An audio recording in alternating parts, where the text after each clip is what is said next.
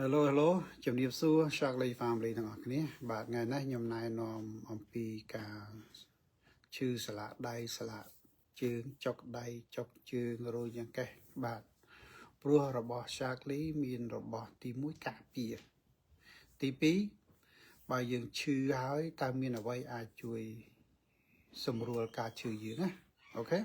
បងប្អូនឃើញ Advanced Joint Complex អូខេហើយនឹងសម្រាប់ឆ្អឹងសម្រាប់អីសម្រាប់ជង្គង់សម្រាប់ឈឺធម្មតាទេយើងតែចាស់ទៅដល់យើងរៀងចាស់ទៅយើងដឹងថាយើងនឹងឈឺចុកដៃចុកជើងឈឺចង្កេះអីចឹងណាអូខេហើយវាមានទាំងគ្រាប់ហើយនេះវាមានទាំងគេហៅថា pain release cream ក៏មានលាបអញ្ចឹងដឹងដែរអូខេបាទហើយម្យ៉ាងទៀតរបស់ដែលយើងមិនទាន់បងប្អូនដែលមិនទាន់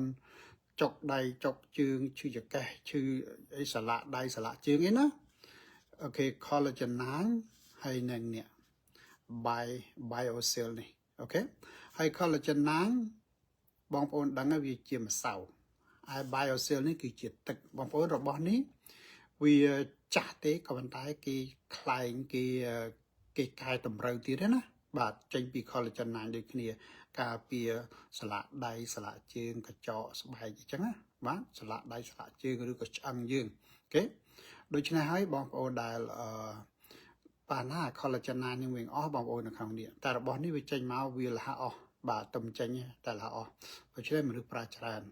ដូច្នេះហើយបងប្អូនដែលប្រើ Shockley យើងទាំងអស់គ្នាយើងត្រូវតែសិក្សាស្រាវជ្រាវមែនតើបងប្អូនព្រោះថា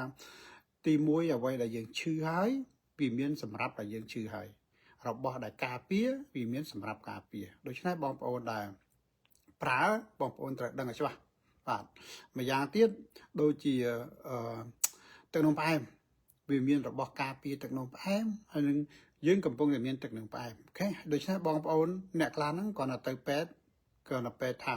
ចិត្តមានទឹកនោមផ្អែមទៅទិញទឹកនោមផ្អែមនឹងអត់ត្រូវទេបងប្អូនអូខេបងប្អូនទិញរបស់ដែលការពារអូខេដូច្នេះរបស់ Shockley វាសិតតែមានរបស់ការពារហើយនឹងរបស់ដែលខូចខាតហើយអូខេហើយម្យ៉ាងទៀតអ្វីដែលបងប្អូននៅប្រទេសក្រៅខ្ញុំសូមនិយាយបងទៀតបើបងប្អូនអត់ស្គាល់ Shockley បងប្អូនមិនអាចគុំទៅទិញពីគេពីឯងបងប្អូនត្រូវសិក្សាស្រាវជ្រាវមែនតើព្រោះ Shockley មិនមែនជាផលិតផលដែលគេយកទៅលក់ទេដូច្នេះយើងត្រូវតែស្គាល់អ្នកដែលណែនាំបងប្អូននឹងច្បាស់ហើយយើងនឹងចូលទៅ website ក្រុមហ៊ុនគេប្រទេសនីមួយៗមាន website រៀងៗខ្លួនកាណាដាមាន website កាណាដាអាមេរិកមាន website អាមេរិកអូខេ New Zealand មាន website New Zealand អូខេអូស្ត្រាលីថារៀងខ្លួនយើងមិនអាចនៅកាណាដាមកទិញអាមេរិកបានអាមេរិកទៅទិញកាណាដាបានអត់បានទេដូច្នេះយើងត្រូវតែដឹងយើងត្រូវតែចូលសិក្សាដូចគ្នាដោយពួកខ្ញុំហ្នឹងខ្ញុំមានក្រុមដែលគេប្រើ30 40ឆ្នាំគេបង្រៀនយើងមួយអាទិត្យ1ម៉ោងបាទអូខេមកយក1ម៉ោងមិនមួយអាទិត្យ1ម៉ោងណាដូច្នេះបងប្អូនជាពិសេសក្រុមខ្ញុំបងប្អូនចូលមានពេលវេលាចូលចំណាយពេលទៅស្ដាប់គេយ៉ាងហើយណាក៏យើងដឹងខ្លះដែរអូខេហើយចំពោះបងប្អូនដែលអត់ដឹងសោះថា Shockley ហ្នឹងវាចេញមកពីប្រភពណាបងប្អូនត្រូវតាមផលិតផលនេះមិនមែនជាស្លឹកឈើរលាស់ទេគេមានវិទ្យាសាស្ត្រគេមាន scientist គេមានអ្នកពិនិត្យត្រឹមត្រូវព្រោះគេរកឃើញគេធ្វើនៅអាមេរិកនេះវា100ឆ្នាំជាងហើយអ្វីដែលសំខាន់ទី1ខ្ញុំសូមប្រាប់បងប្អូនហើយប្រាប់ទៀតអ្វីដែលខ្ញុំអាចជួយបងប្អូនបានទី1ថាធ្វើម៉េចទិញផលិតផល Shockley នឹងបានទី2បើបងប្អូនញ៉ាំមិនត្រូវទៅថាធ្វើម៉េចយកលុយឲ្យបងប្អូនវិញបានទី3បើបងប្អូនពិសាត្រូវទៅបាទបើបងប្អូនពិសាត្រូវទៅថាធ្វើម៉េចរកលុយបានមកវិញកុំយកលុយយើងទៅទិញផលិតផលនេះទី4របស់នឹងយើងអាចចែករំលែកទៅកូនទៅចៅយើងតគ្នាបានអូខេដូច្នេះហើយបើបងប្អូនស្រឡាញ់សុខភាពមេត្តាសិក្សាស្រាវជ្រាវខ្ញុំបាទគ្រាន់តែអ្នកណែនាំគឺប្រាប់បន្តតែប៉ុណ្ណោះទេបាទយើងមាននិស្ស័យយើងស្គាល់យើងអត់និស្ស័យទោះបី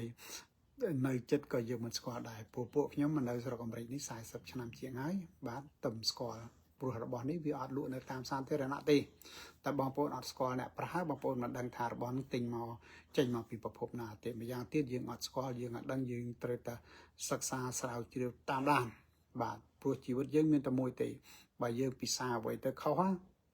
គ្មានអ្វីកាយយើងបានទេអូខេដូច្នេះស្រឡាញ់សុខភាពសូមមេត្តាសិក្សាស្រាវជ្រាវខ្ញុំបាទគ្រាន់តែណែនាំឲ្យបងប្អូនស្គាល់តែប៉ុណ្្នឹងទេបាទអូខេជម្រាបលាបាយបាយ